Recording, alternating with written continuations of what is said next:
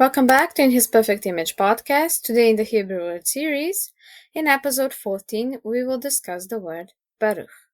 Blessings are essential to every person's life, especially any believer. Some believe that without them, life is never bound to go well. Others claim that we are cursed in every area of our lives where a blessing we have not been able to receive. Now, I actually believe there is still a way. God's blessings, after all, is greater and more powerful than any cursing. Baruch is a Hebrew word meaning blessed. It originates in the Old Sumerian and it means a parent, a guardian, or anybody in authority position who kneels down to the level of a child or subordinate to speak to them and in so actually bestowing happiness upon them.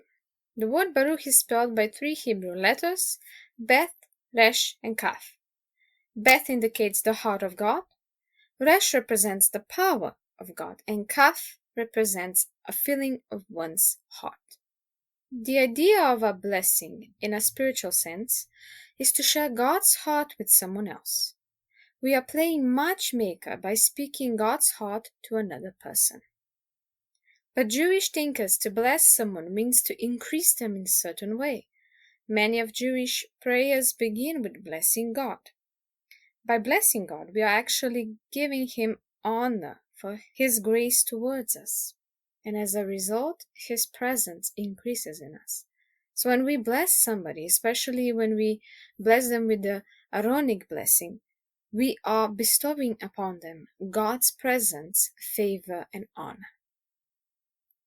We serve an upside-down kingdom. It is not always as it may seem at first glance.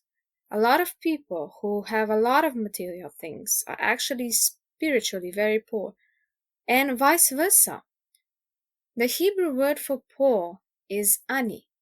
It speaks of those who are helpless and in need of charity, like widows, orphans. In Matthew chapter 5, verses 3 to 10, Yeshua reveals to us who are the blessed, the poor in spirit, the meek, the ones who mourn, the peacemakers, and so forth. Who are they? The poor in spirit and all of the ones that we mentioned are those who recognize their sinfulness and mourn over it. They are the ones who recognize their need for a savior.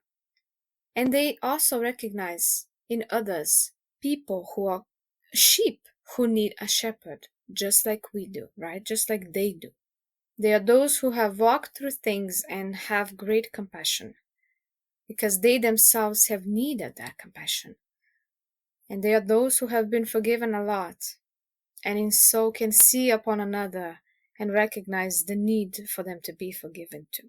So that will be all for today. Let the Lord bless you and keep you. The Lord make His face shine on you and be gracious to you. The Lord turn His face toward you and give you peace. You are free to welcome and join me on my blog if you wish to read more. Until next time, Shalom.